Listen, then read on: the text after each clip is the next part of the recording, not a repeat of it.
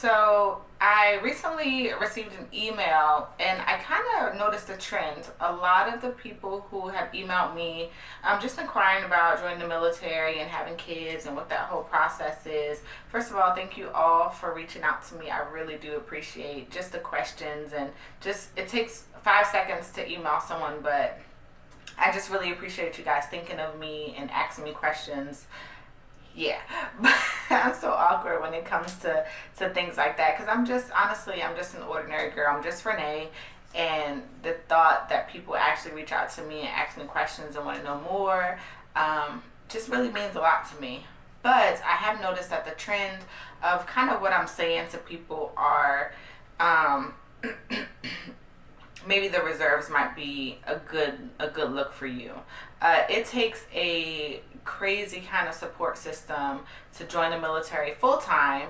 And, though that might be a lot of people's dreams or wants, I think it's more the stability that people are after than actually putting on the boots and this being your full-time job. So I wanted to just come on and actually talk about the benefits of joining the reserves because I've never really touched on that, but the more I'm talking to these amazing mothers, the more I'm realizing that, you know what, the reserves really ain't a bad thing. So if you're interested in just hearing a little bit more about joining the reserves as your option and just switching your perspective on feeling defeated because you may or may not be able to join full time and go active duty, but life happens for a reason, and the reserves might actually be a good look for you.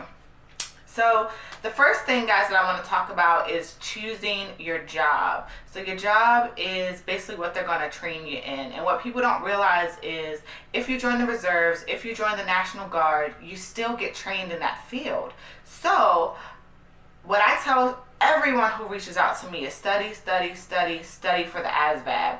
I want to say the ASVAB, the lowest score is 30, and then the highest score is, I don't know, it might be like 100. I'm not sure the scale. But they test you on math and science and food skills and communication skills and just all these different things. And it's not necessarily questions where you can study for, but it's more concepts. It's more critical thinking. It's abstract things. So you can do really well even if you're not you don't like school. I would say brush up on your math and science.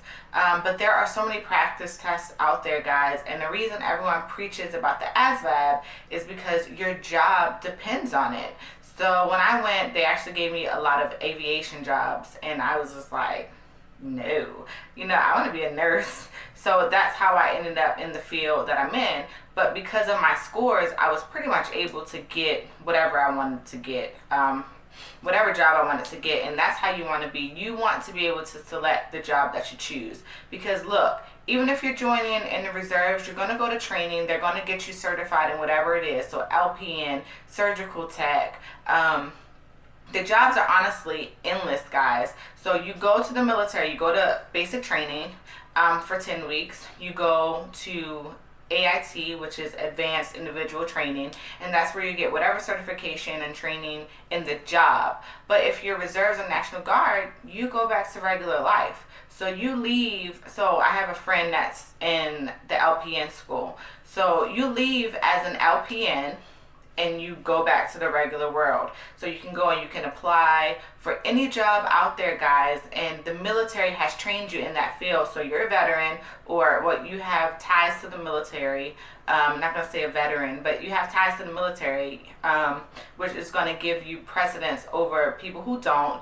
And you also are trained in that field and certified in whatever job it is. So you can keep your kids, stay local, and get a good job. And so many people reach out to me and they're like, I need a better job. I need, a better life. I'm trying to move out of my parents' house. This is the way to do it. This way you don't have to worry about signing over your kids. You don't have to worry about anyone trying to take your kids. You don't have to worry about, trying to do a paper marriage. You don't have to worry about any of that. You can go and get the training from, these amazing instructors, get that military background, and then, guys, go and do that in the civilian world. I think like once a month they meet, and do training or whatever. There are still the same deployment requirements, if shit pop off, honestly, and people get deployed. You may or may not get deployed the same way I may or may not get deployed. And you get that, military backing, which is just amazing. The benefits aren't the same as active duty, but there are benefits out there for reserve and for National Guard. And another thing that I was telling the people who I talked to is, you're gone. I was gone for 7 months, and I have like a little job. My training isn't that long, but just imagine if you have training for a year or whatever. Those are paychecks that you're getting, guys, while you're gone, that you have no bills, no nothing. I think I sent about $400 or $500 a month to my mom for my kids, but all the rest of my money is just sat in a bank account. So I receive like, I don't know, like 12 or something checks while I was gone, that's just sitting in your bank account. Guys, that is your cushion to get started. That is the down payment on your apartment, down payment on a car. That is that money to get your life started when you get back in the actual real world. So you leave, you do the training, you save your money, you save your coin, you still take care of your kids, you can send money to them, but you still, are putting down that nest egg, so when you get home, you're not blowing your money. You're getting a house, or getting an apartment, or getting a car, or getting stable, so you can live this life that you always wanted. So I just wanted to come on here and really change the perspective of my audience, because as you guys can see, I've kind of moved away from this whole joining the military as a single mom thing. I am not a single mom anymore, but that's not why I've moved away from it. I moved away from it because I see it's really difficult, it's really hard, and I don't want my audience to put themselves in a bad situation trying to join the military. I am all about living the best life that you can, and sometimes you just got to change your perspective. And if you have someone that's willing to keep your little ones while you go away to training, you don't have to sign your kids over. You don't have to worry about anyone taking your kids or just messing up that situation. You don't have to worry about putting yourself in a compromising situation, and you can still live the best life and get the training and really jumpstart the life that you want. So hopefully this helps someone.